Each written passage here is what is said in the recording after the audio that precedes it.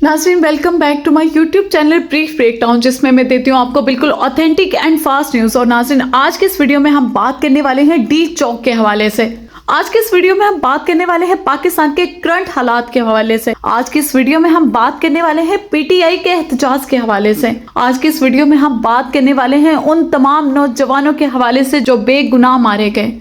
आखिर उनका क्या कसूर था? नाज़रीन, ये तमाम डिटेल मैं आपके साथ इस वीडियो में शेयर करने वाली हूँ, इसलिए आप सबसे रिक्वेस्ट है कि वीडियो के एंड तक लाजमी मेरे साथ जुड़े रहिएगा। नाज़रीन, इस टाइम पाकिस्तान के जो करंट हालात चल रहे हैं उसको देखकर हमारा पाकिस्तान मुल्क पूरी दुनिया में शर्मिंदा है। जैसे कि आपको पता है कि पिछले एक वीक से पीटीआई का एहतजाज चल रहा था। पीटीआई इस्लामाबाद डी चौक तक पहुंचना चाहती थी और वहां पे जाकर वो एहतजाज करना चाहते थे और उनका मुतालबा था कि हमारे खान को आजाद किया जाए, जिसकी वजह से पाकिस्तानी हुकूमत ने इस्लामाबाद जाने वाले तमाम रास्तों को बंद कर दिया था।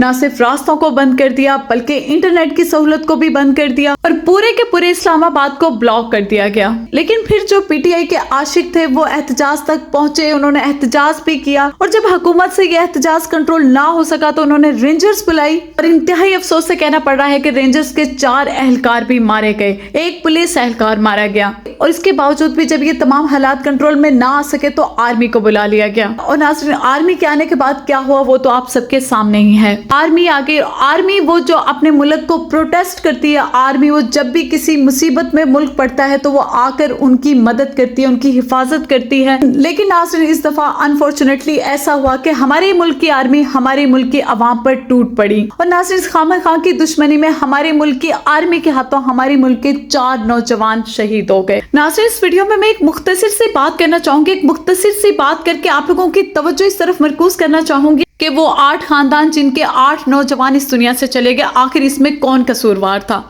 पाकिस्तान की हुकूमत, पाकिस्तान की आर्मी या फिर वो लोग जो एहतजाज कर रहे थे? नाज़रीन, इसमें ना तो पाकिस्तान की हुकूमत का कुछ गया, ना तो आर्मी का कुछ गया और ना ही उन लोगों का जो एहतजाज कर रहे थे, जिन्होंने ये मजमे को इकट्ठा किया था। आखिर उजड़ी तो उन माओ की गोदें उजड़ गई जिनके वो नौजवान थे। आखिर उजड़ी तो भाइयों की बहनें उजड़ गई। आखिर उजड़ी तो शौहरों की बीवियां उजड़ गई। नाज़रीन, इस वीडियो में ना तो मैं किसी के खिलाफ बात करूंगी और ना ही किसी की प्रोटेक्शन में। मैं इस वीडियो में सिर्फ और सिर्फ न्यूट्रल होकर कुछ बातें करना चाहती हूँ, कुछ पॉइंट्स हाईलाइट करना चाहती हूँ कि आखिर ऐसा क्यों? हमारा ही मुल्क है, हम एक ही मुल्क के, हम एक ही मजहब के, हम एक ही जगह के रहने वाले, फिर आखिर इन पार्टियों की वजह से क्यों हम एक दूसरे के दुश्मन बन गए हैं? मैं मानती हूँ कि एहतजाज करना हर शहरी का कानूनी हक है और उसे करना चाहिए, लेकिन पुरअमन तरीके से, इस तरीके से कि ना तो मुल्क की सख्त खराब हो और ना ही कोई जानी और माली नुकसान हो। नाज़रीन, आपको पता है कि रास्ते बंद होने की वजह से पाकिस्तान की मईशत पे किस कदर इफेक्ट हुआ है। इंटरनेट बंद होने की वजह से कितनी कंपनियों का करोड़ों का नुकसान हुआ है। जब रास्ते बंद थे तो बहुत से लोगों की शादियां रुक गई। वो बाप जिन्होंने ना जाने कितनी मुश्किल से अपनी बेटियों की शादियों का अरेंज, कितनी मुश्किल से अपनी बेटियों की बारात के खाने और पीने का इंतजाम किया, लेकिन क्या हुआ कि वो सब कुछ धरा का धरा रह गया। इवन कि नाज़रीन, मेरी आंखों के सामने से एक ऐसी वीडियो भी गुजरी थी जिसमें एक बाप अपनी 8 से 9 साल की बच्ची को लेकर अपनी गोद में खड़ा हुआ था जो कि एक्सपायर हो चुकी थी, जिसकी डेथ हो चुकी थी और टूल प्लाजा से उसकी एम्बुलेंस को भी नहीं गुजरने दिया जा रहा था।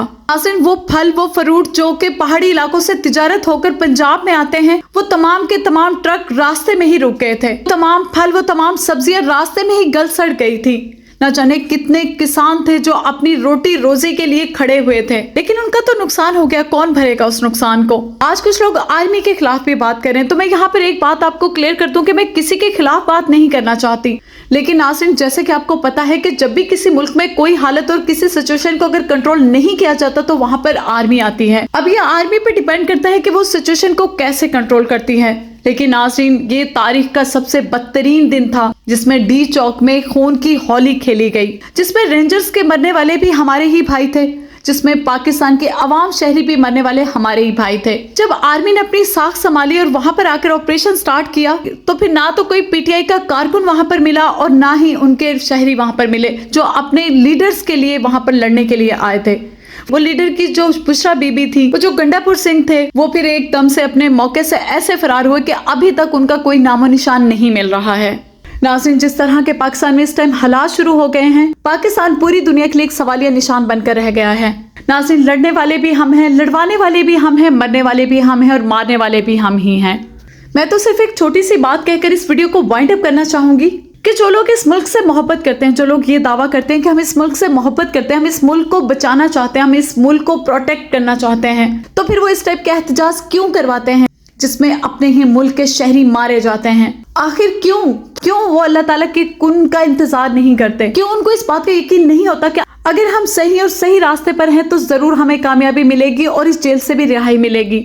नाज़रीन, हजरत यूसुफ अलैहिस्सलाम भी थे जो अल्लाह के बहुत प्यारे पैगंबर थे, लेकिन उन्होंने भी बेगुनाही में 10 से 12 साल तक सजा काटी थी। तो आज जो हम उनके मानने वाले हैं, हम इस टाइप के एहतजाज क्यों करते हैं कि जिनमें अनमोल जानें चली जाती हैं? बाकी नुकसान तो एक तरफ, लेकिन जानों के नुकसान को कौन भरेगा? इसका कौन जिम्मेदार है? नाज़रीन, सोचिएगा जरूर। आप भी कमेंट सेक्शन में इस बात पे अपनी राय का जरूर इजहार कीजिएगा। मुझे दे इजाजत नेक्स्ट वीडियो तक, तब तक अपना ख्याल रखिएगा। खुदा हाफिज।